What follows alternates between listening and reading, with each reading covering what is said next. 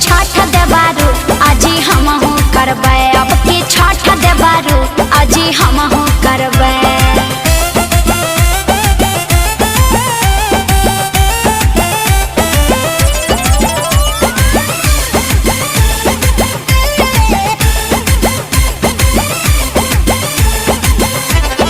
अमन गुंजन देबारू मानो मोर बतिया, हरियर हरियर लई हो से बना सपतिया।